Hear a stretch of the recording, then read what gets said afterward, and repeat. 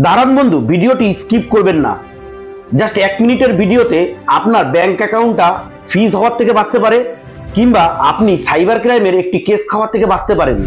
যারা ক্রিপ্টোতে একদম বিগনার, নতুন মার্কেটে এন্ট্রি নিচ্ছেন, কারোর কথা শুনে P2P ট্রেড করছেন, একদম এক P2P থেকে বাঁচুন।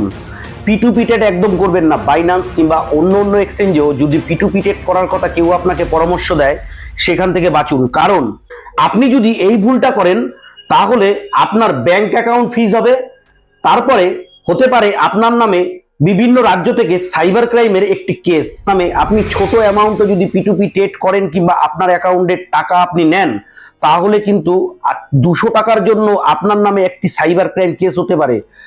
আপনি যেই রাজ্যে থাকেন সেই রাজ্য না, বিভিন্ন রাজ্য থেকে হতে পারে। এরকম অজস্র কেস কিন্তু পেন্ডিং হয়ে রয়েছে, অজস্র লোকের কিন্তু ব্যাংক অ্যাকাউন্ট ফ্রিজ হয়ে রয়েছে।